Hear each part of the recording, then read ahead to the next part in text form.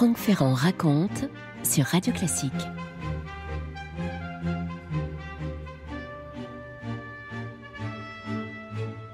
Voici l'une des plus grandes figures de l'Antiquité. Hannibal était généralissime à 25 ans. Il a accompli des exploits époustouflants. Il a été vainqueur de très grands affrontements, dont la célèbre bataille de Cannes. On est au début du IIIe siècle avant notre ère. Il a même trouvé le moyen de mourir dans des conditions dramatiques. Bref, tout ça devrait lui réserver une place quelque part entre Alexandre le Grand et Jules César, oui. Sauf qu'Hannibal n'était ni grec comme Alexandre, ni romain comme César. Lui était carthaginois. Et aux yeux des auteurs anciens ou modernes, il faut bien reconnaître que c'est un défaut, si vous voulez, c'est un problème. Alors, qui sont ces gens de Carthage ? On a des phrases toutes faites à l'esprit. Il faut détruire Carthage, de Caton l'Ancien, Ceterum censeo Carthaginem delendam esse. Ou bien, c'était à Mégara, faubourg de Carthage, dans les jardins d'Hamilcar, l'incipit du Salammbô de Flaubert.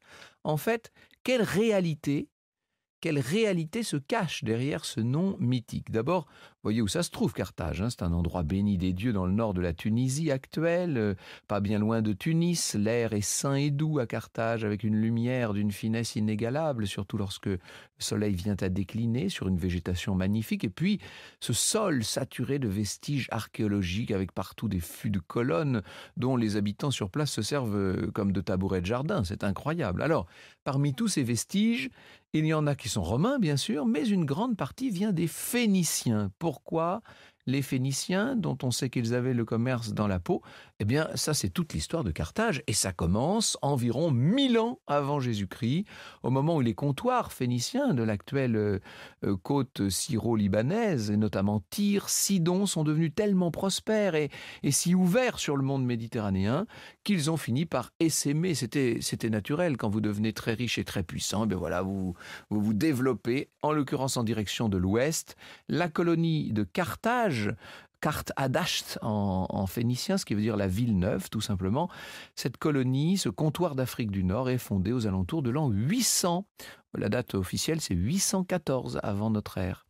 Comptoir qui va prospérer, tellement prospérer qu'il va lui-même fonder des colonies en Sicile, en Sardaigne, en Corse et puis en Espagne.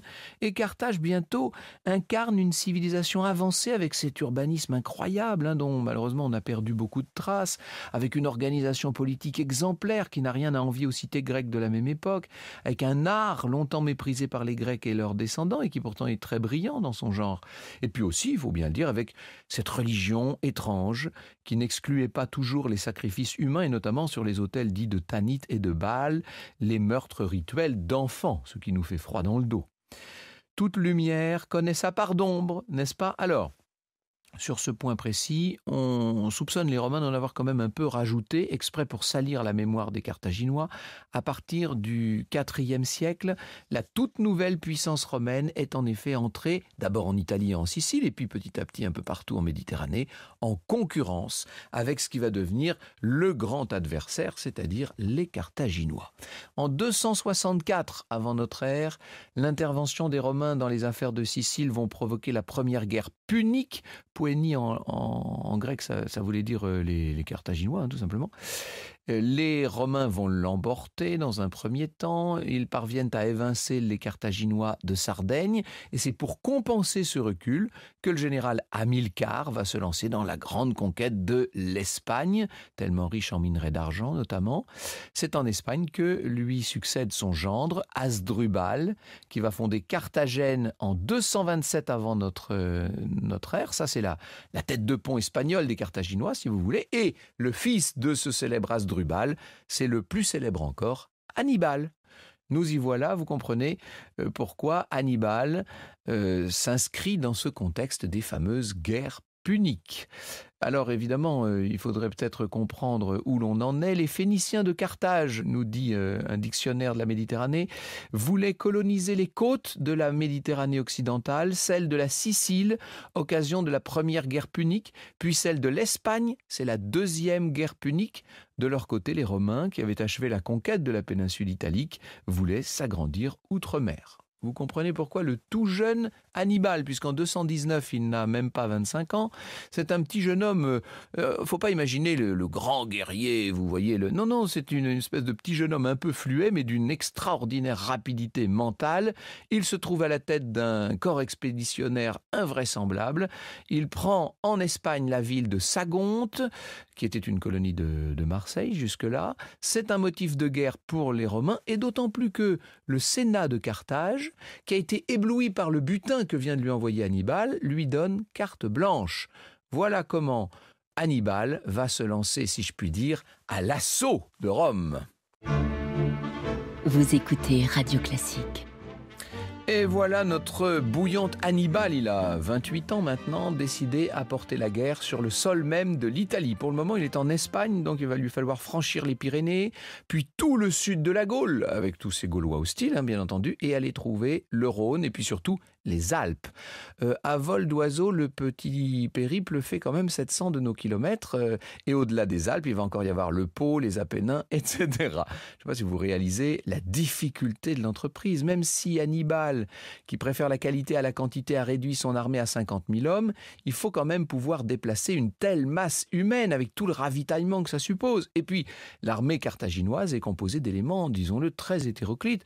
Vous avez des fantassins basques et africains, des cavaliers espagnols et numides, sans parler des fameux frondeurs baléares qui projettent sur l'adversaire des lingots de plomb fondus. Et puis, bien sûr, je ne les oublie pas, rassurez-vous, les fameux éléphants d'Afrique qui sont un petit peu les engins blindés d'Hannibal, une quarantaine de ces pachydermes gigantesques aux défenses impressionnantes et dont le but, disons-le, est beaucoup moins tactique que stratégique. Il s'agit surtout d'impressionner l'adversaire, de lui faire peur, disons-le. Alors, Hannibal franchit l'Èbre puis les Pyrénées par le col du Perthus. Bon, jusque-là, j'allais dire, ça fait partie de ce qu'il sait faire. Il traverse ce que nous appelons, nous, le Languedoc-Roussillon jusqu'au Rhône. Il franchit le Rhône vers Arles. Et puis, il va remonter la vallée de l'Isère. Et là, ce sont les Alpes, où l'attendent d'ailleurs des allobroges qui vont lui infliger de bien lourdes pertes. On se repose à Coularo, c'est-à-dire à Grenoble, si vous préférez. Et puis, il va falloir attaquer les Alpes. Sauf que là, c'est déjà le mois de novembre. Il y a les premières neiges sur les cols alpins. C'est Polybe qui racontera, l'historien Polybe, vous savez, qui racontera qu'on utilisait dans les armées d'Hannibal du vinaigre. Il faut vous dire que les Carthaginois fabriquaient beaucoup de vinaigre. Et on utilisait du vinaigre pour faire fondre la neige, pour élargir certains passages. Bref, les Carthaginois et leur armée hétéroclite et leurs éléphants vont déboucher sur l'Italie. On est donc en décembre 218, aux environs de la Tréblie, c'est-à-dire qui est un affluent du Pô. Et là, première confrontation avec les légions romaines auxquelles Hannibal va infliger, alors là, des pertes considérables. 30 000 Romains vont rester sur le carreau. Et au printemps 17, ça y est, on file droit vers le sud, ce qui veut dire qu'il faut encore franchir le massif des Apennins, il faut traverser l'Arno, région marécageuse s'il en est, où les pauvres éléphants vont s'enfoncer complètement. Et on peut dire qu'Hannibal, à ce moment-là, perd quasiment tous ses éléphants. On dit qu'il y en a un seul qui aurait survécu au marais. Mais aussi beaucoup de chevaux d'ailleurs ont péri là. Choc des deux armées sur le lac Trasimène, confrontation avec les légions très bien entraînées du consul Flavinus. Mais à partir du moment où Hannibal, qui n'a perdu que 1500 hommes dans cette confrontation, dans cet affrontement, est encore en mesure de le faire, la question est de savoir s'il va aller jusqu'à Rome. C'est vrai que Hannibal ne dispose pas du matériel nécessaire pour établir un siège devant Rome. Et donc, il va réfléchir autrement. Il se dit que plutôt que mener un siège dans les règles, il faudrait lancer une guerre d'usure et obtenir des défections, obtenir des alliances avec un certain nombre de ceux qui pourraient lui ouvrir un jour les portes de Rome. Il va cantonner ses troupes dans ce que nous appelons, nous, les Pouilles, c'est-à-dire en Apulie, où un autre consul va venir d'ailleurs à sa rencontre, c'est le fameux temporisateur, le cunctator. Et ce sont les légions de ce Romain très habile qu'Hannibal va harceler constamment, en menaçant ici et là, en coupant leur ravitaillement. Bref, ce qu'il est en train d'inventer plus ou moins, c'est une tactique de guérilla. Hannibal, de son côté, a besoin de ravitaillement et les Romains sont très doués pour couper le ravitaillement. Et c'est parce qu'il lui faut regagner la mer Adriatique que, à une dizaine de nos kilomètres de la mer Adriatique, à Cannes, rien à voir avec la cité de la Côte d'Azur, bien entendu, ça s'écrit de la même façon, c'est là que va avoir lieu, au printemps 216 avant notre ère, la grande confrontation, le combat suprême. Or, à Cannes, la chance est avec Hannibal. Il se trouve que 2 nouveaux consuls ont remplacé Fabius. L'un des 2, Varron, va décider d'attaquer. Et Hannibal voit se profiler un combat qui pourrait lui être avantageux, d'autant plus que les légions sont dos à la mer. Il vient se placer littéralement face aux Romains. Et Hannibal a rangé son armée en croissant. Il a mis tout ce qu'il y a d'un peu faible dans ses troupes au centre, et notamment les Espagnols, les Gaulois, etc.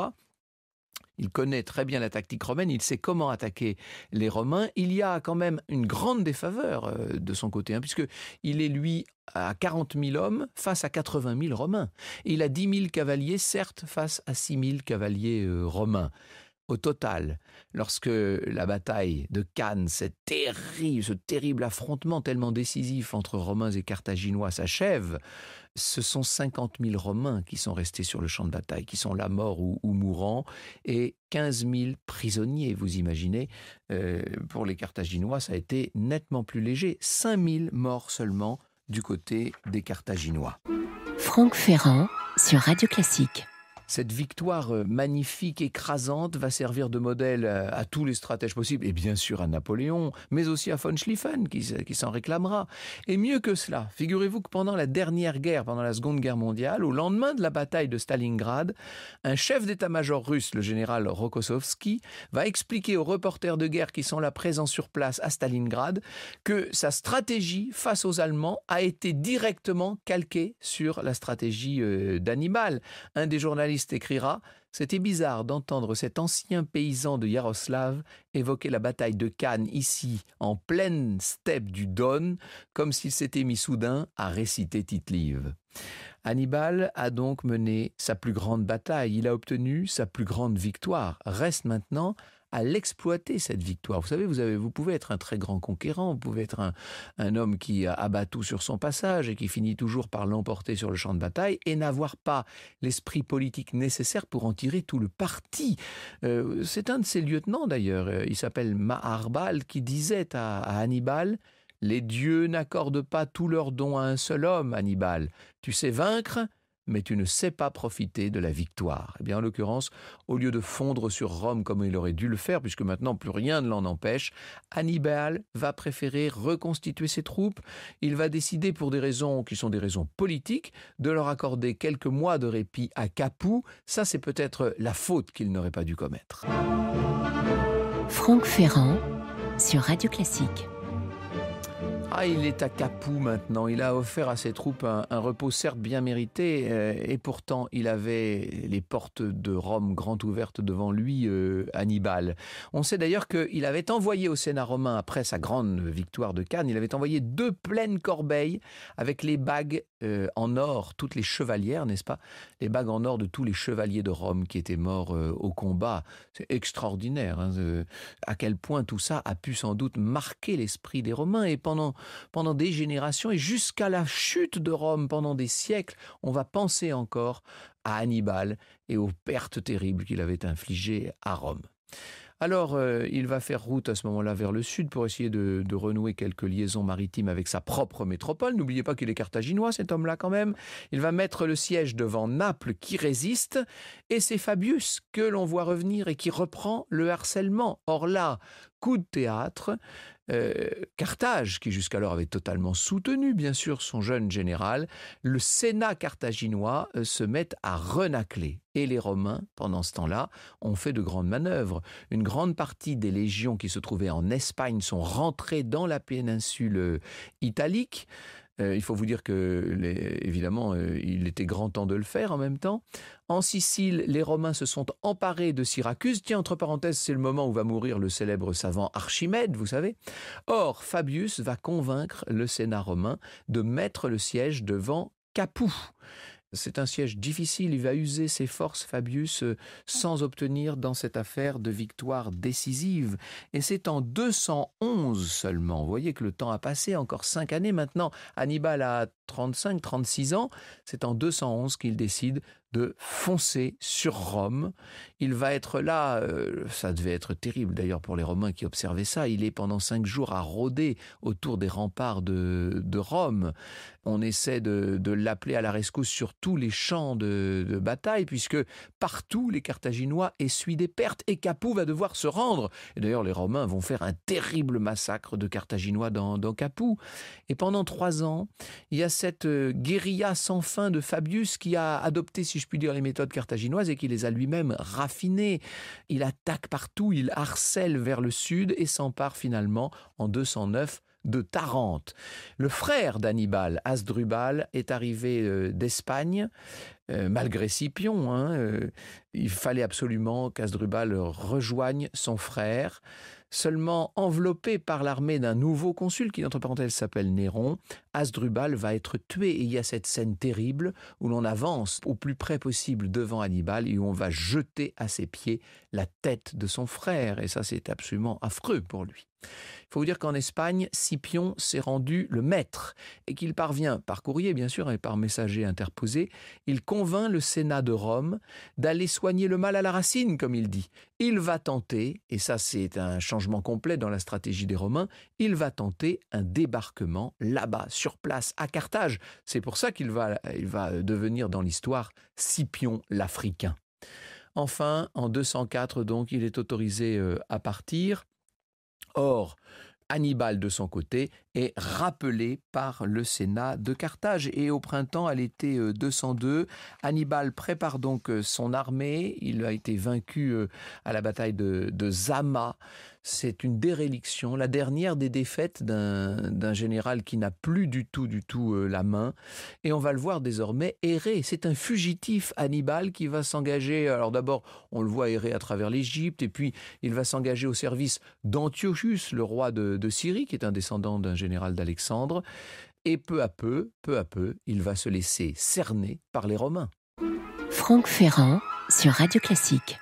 Et c'est 20 ans plus tard seulement, en 183 avant notre ère, c'est 20 ans plus tard que, alors qu'il se trouve chez le roi de Bithynie, il subit une trahison et il va être livré. Hannibal a quand même pu être prévenu à temps au moment où les Romains sont là, qu'ils l'encerclent et qu'ils veulent l'emprisonner pour lui réserver je ne sais quel châtiment. Il va s'empoisonner lui-même. Et c'est donc une mort finalement digne du chef qu'il a été, mais une mort beaucoup moins glorieuse que tout ce qu'on aurait pu imaginer qui attendait Hannibal. Et près de 40 ans plus tard, Carthage sera alors cette fois véritablement détruite au cours d'une 3e guerre punique qui consacrera l'hégémonie de Rome sur tout le Mare Nostrum, sur toute la Méditerranée, sur tout le vieux monde. On ne peut néanmoins s'empêcher de se dire que si après sa grande victoire de Cannes, Hannibal avait osé marcher sur Rome, il aurait très probablement emporté une victoire supplémentaire et à ce moment-là, la civilisation complète aurait basculé et nous serions tous aujourd'hui non pas les enfants de Rome, mais les enfants de Carthage. Vous écoutez Radio Classique.